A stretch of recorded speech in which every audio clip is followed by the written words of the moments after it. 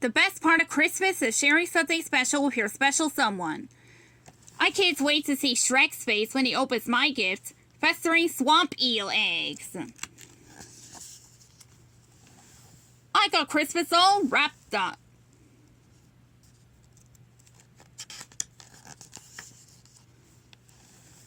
Third in a row Penguins of Madagascar story. Operation Antarctica. Late one night, Skipper and his team were investigating some fishy business going on down at the docks. According to their intel, a couple of two-bit thieves were unloading fish they stolen from restricted Antarctic waters. "Alright, you chancy singing salt dogs who want to play pirate," Skipper challenged. "Now who am I to argue?" The silent, shadowy docks erupted in shouts of "Ahoy, Avast, on guard!" Not to mention grunts and crashes and groans, as the swashbuckling good guy penguin pirates took down and tied up the crusty pirate crooks. Another successful mission, just in time for the late night news. In all the excitement, no one but Private heard the tiny boys calling for help from the fish stick processing tank. Private scrambled to the top of the slippery slicing machine and promptly fell in. He landed with a slimy splat right next to Gak, a leopard seal. When the young predator snagged him, Private thought he was a goner, but then the seal pup threw him from the tank into safety. With no time to lose, Private cranked up an industrial crane to save his new friend from a decidedly dicey fate. Pup Gnats from Antarctica. Hunter the leopard seal just wanted to get back home. Private did his best to enlist the team's help, but they weren't buying Hunter's claim that she was a strict fishitarian. Kowalski insisted that it was only a matter of time before the seal pup developed a taste for penguin meat. And no self-respecting penguin wanted to be around for that particular developmental milestone. "She's in trouble, Skipper," Private argued. "As penguins of honor, it's our duty to help."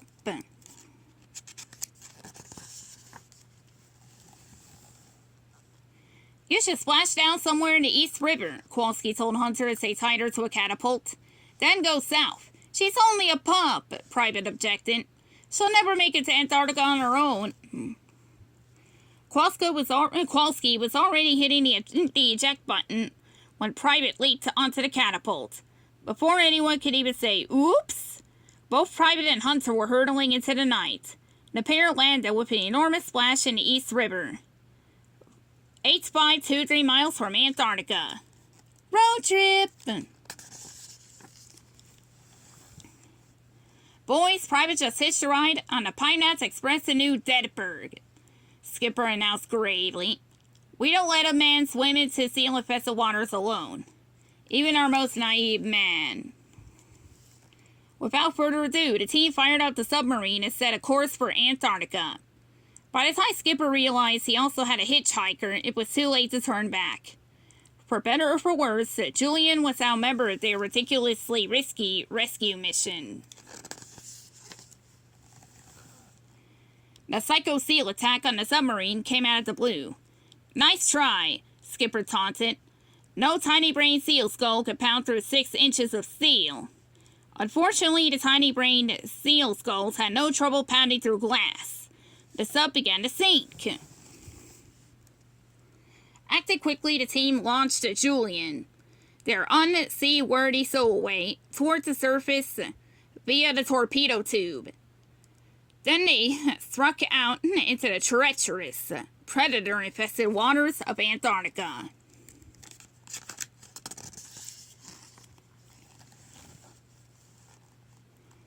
A surprisingly short distance away, Private was desperately trying to avoid a meet and eat with a group of hungry leopard seals. He and Hunter had almost bluffed their way to safety when the throng of predators caught sight and sent a fresh penguin. "No, food, food, food!" The insanely single-minded seals all cried out at once. Private and Hunter made a mad dash for the air hole in the ice just above their heads. Oh, the joy of feeling solid ice beneath your flippers. Private, you didn't. You got me home, Hunter gushed as she took in the familiar ice floes around her. I'll always remember you. You too, Private said. You take care. Don't eat anyone I wouldn't eat. Private watched Hunter until she was out of sight, and then he turned toward home. Food, said the enormous leopard seal, blocking his way. Private was trying to talk his way out of becoming a frozen appetizer when... Hey, move it! Daddy! Fuzzy face, shouted Orson, the head seal. Where have you been hiding? I was captured by pirates and taken to New York City, Hunter said dramatically. And this is the penguin who rescued me. Really? Food saved my kid? Orson asked, amazed. No. Prepare the celebratory feast. Let's hear it for food. Private's relief at being removed from the menu was short-lived. The celebratory feast turned out to be Skipper, Kowalski, and Rico. Dad, those are Private's friends, Hunter objected. They rescued you too? Orson asked. And technically they were against it, Hunter admitted reluctantly. Soup's on, Orson said happily. Thinking fast, Private persuaded Orson that penguins taste better after a long, slow marinating.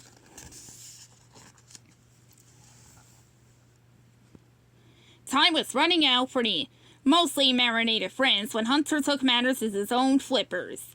With a quick swat, she sent them all sliding down the mountain toward freedom. Food! The leopard seals bellowed as they took off in hot pursuit. Everybody surrender! Julian yelled, turning turncoats as the seals closed in. Eatable once bus! With the seals snapping at their heels, traitorous Julian and the tasty penguins flew off an icy ramp and soared to safety.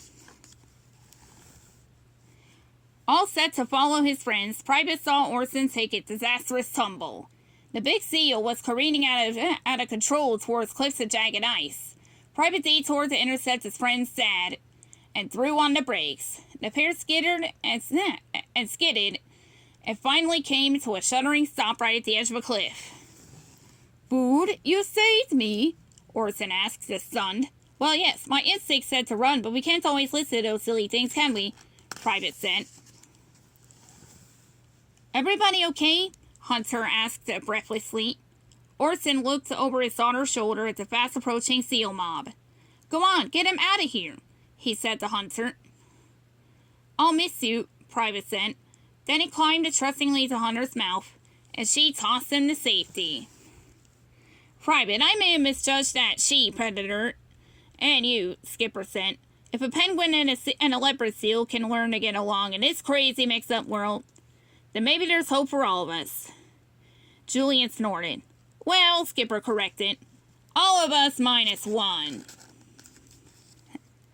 The end.